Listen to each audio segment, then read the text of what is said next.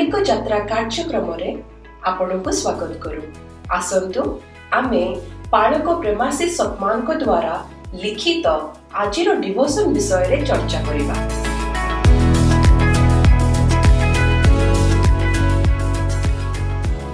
प्रभुंकर प्रशंसा हेउ।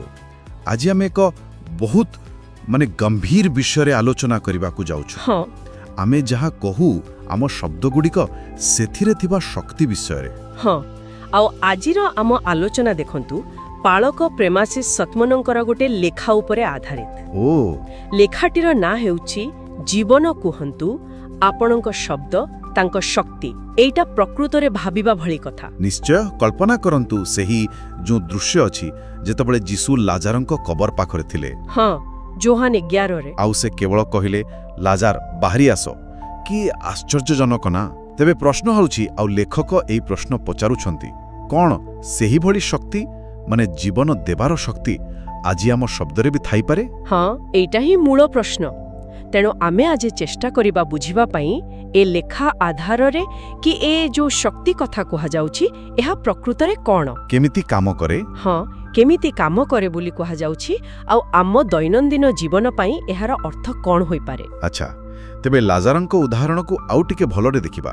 जीसु सेतेबेले जहा कहिले सेगुडाको खाली शब्द नथिला ना ना केवल शब्द नुहे सेथरे गोटे निर्देश थिला गोटे आह्वान थिला। एमिति आह्वान जे मृत्यु भी ताको मानिला। एहा पछरे किछि गभीर कथा निश्चय अछि। हाँ आउ लेखा अनुसारे से गभीर कथा हेला जे जीसुंक शब्द रे विश्वास थिला अधिकार थिला आउ पवित्र आत्मांक शक्ति भरी रहिथिला। अधिकार। हाँ एठी अधिकार माने परमेश्वरंक थारु मिलिथिबा सेई क्षमता बा योग्यता किछि करिबा पई आउ पवित्र आत्मा हेले सेही दिव्य शक्ति। प्रेरित 1:8 रे अछि। हाँ मने अछि। हाँ पवित्र आत्मा तुममानंक उपरे अवतरण कले तुंब माने शक्ति प्राप्त हेब। लेखक एई कथा उपरे जोर देउछंती जे सेही समान पवित्र आत्मा आजि विश्वासी मानंक भितरे अछंती। एइटा बहुत गुरुत्वपूर्ण कथा। एइटा सुनी कि मोर हितोपदेश 18.21 कथा मने पड़ुछि। ओहो जिह्वा आयत्तरे जीवन और मरण थाए केते शक्तिशाली वाक्य। किंतु देखंतु केही केही भाबी पारंती एइटा खाली गोटे मनस्तत्विक प्रभाव नुहे तो माने भलो कथा कहले भलो लागिबो खराब कथा कहले खराब लागिबो। लेखक याहाकु केमिति अलगा दृष्टि रे देखुछंती आध्यात्मिक स्तर रे। हाँ एटा भलो प्रश्न पचारिले। देखंतु लेखक जहा कहउछंती सेटा केवल सकारात्मक चिंता बा जहाकु पॉजिटिव थिंकिंग कहंती ताठू अधिक किछि। अच्छा जेतेबेले आम शब्द गुड़िक केवल आशावादी नुह बरं परमेश्वरंक प्रतिज्ञा उपरे आधारित विश्वास आउ पवित्र आत्मांक द्वारा प्रेरित हुए सेतेबेले सेगुड़िक केवल आम मन को प्रभावित करेनी। लेखकंक मतरे सेही शब्द गुड़िक प्रकृत रे जीवन परिवर्तन आउ परमेश्वरंकर शक्ति बहन करंती। एहा गोटे भंगा संपर्क को जोड़ी दे पारे निराशा भितरे आशा आनी पारे। गोटे उदाहरण दे पारिबे कि। हाँ निश्चय भावंतु जने किए पूरा भांगी पड़िछंती आपण तांकु किछि उत्साहर कथा पौचंती जदि सेई कथा आपण विश्वासर सहित कहउचंती तेबे लेखकनक मतरे सेई शब्द केवल सामयिक सांत्वना देबनी। अच्छा सेथिरे प्रकृत आत्मिक शक्ति संचार होई पारे। एहा शब्दरे थिबा गोटे दिव्य संजोग भଳି। दिव्य संजोग वाह एइटा प्रकृतरे गोटे अलगा दृष्टिकोण दउछि। तेबे लेखक हमको आह्वान देउछंती जे आमे आम शब्द गुडुकु एते हल्का भावे न नेउ। हाँ सचेतन होई व्यवहार करिबा। केवल अभियोग समस्या विषय न कहि बरं समाधान विषय विश्वास विषय परिवर्तन विषय कहिबा। जेमिति से कहिछंती केवल कथा कुहंतु नाही जीवन कुहंतु। ठीक कहिले आउ एहार परिणाम कोन हेबो। लेखक विश्वास करंती जे एमिति भाबरे सचेतन होई जीवन कहिबा द्वारा आमे केवल निजर मनोभाव बदलाउनु ताठू अधिक।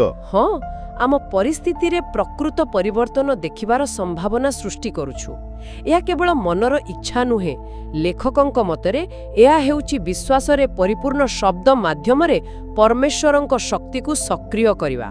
बुझिली माने परमेश्वरंकर प्रतिज्ञा सहित निज कथा को मिसेइबा। एकदम। तेबे सारांश रे कहिले पालक प्रेमाशीष सतमानंकर एही आलोचनार मुख्य कथा हैला जे आमर शब्द गुड़िक ଯେତେବେଳେ କେବଳ ମନୁଷ୍ୟର ବୁଦ୍ଧି ବା ଶକ୍ତି ନୁହେଁ ବରଂ ବିଶ୍ୱାସ ଆଉ ପବିତ୍ର ଆତ୍ମାଙ୍କ ଦ୍ୱାରା ଶକ୍ତି ପାଏ ହଁ ସେତେବେଳେ ସେଥିରେ ସୃଷ୍ଟି କରିବାର ପୁନରୁଦ୍ଧାର କରିବାର ଆଉ ପରିବର୍ତ୍ତନ ଆଣିବାର ଏକ ଅସାଧାରଣ ସମ୍ଭାବନା ଥାଏ ଠିକ୍ ଯେମିତି ଯୀଶୁଙ୍କ ଶବ୍ଦରେ ଥିଲା। ନିଶ୍ଚିତ ଭାବରେ ଏହା ଏକ ଗଭୀର ଚିନ୍ତା ଆଉ ଏକ ଆହ୍ୱାନ ମଧ୍ୟ। ଏହା ଶ୍ରୋତାମାନଙ୍କ ପାଇଁ ଗୋଟେ ଚିନ୍ତା କରିବାକୁ ପ୍ରଶ୍ନ ଛାଡ଼ିଯାଉଛି। କ'ଣ ସେ ପ୍ରଶ୍ନ? ଯଦି ଏହି ଶକ୍ତି ଯେମିତି ଲେଖକ ବର୍ଣ୍ଣନା କରିଛନ୍ତି ପ୍ରକୃତରେ ଆମ ପାଇଁ ଉପଲବ୍ଧ, ତେବେ ଆଜି ଆମ ଜୀବନର କେଉଁ ନିର୍ଦ୍ଦିଷ୍ଟ କ୍ଷେତ୍ରରେ ହୁଏତ ଆମ ସ୍ୱାସ୍ଥ୍ୟ ବା ଆମ ସମ୍ପର୍କ କିମ୍ବା ଆମ କାମରେ ଆମେ ସଚେତନ ଭାବରେ ଜୀବନ କହିବା ଆରମ୍ଭ କଲେ ଏକ ପ୍ରକୃତ ପରିବର୍ତ୍ତନ ଦେଖିପାରିବା? ବାଃ, ଏକ ଶକ୍ତିଶାଳୀ ପ୍ରଶ୍ନ। ଆସନ୍ତୁ ଆମେ ଆମର ଏହି ଆଲୋଚନାକୁ ଲେଖକଙ୍କ ଲେଖାରୁ ନିଆଯାଇଥିବା ଏକ ପ୍ରାର୍ଥନା ଭାବନାର ସହିତ ଶେଷ କରିବା।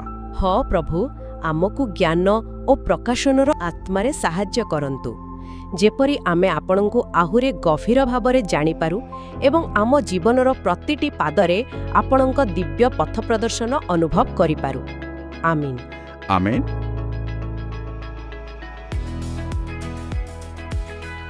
ଆଜି ଆତ୍ମିକ ଯାତ୍ରା କାର୍ଯ୍ୟକ୍ରମରେ ଯୋଗ ଦେବା ପାଇଁ ଧନ୍ୟବାଦ, ଯେଉଁଠି ଆମେ ପ୍ରତିଦିନ परमेश्वरଙ୍କ ବାକ୍ୟ ଆଲୋଚନା କରୁଅଛୁ।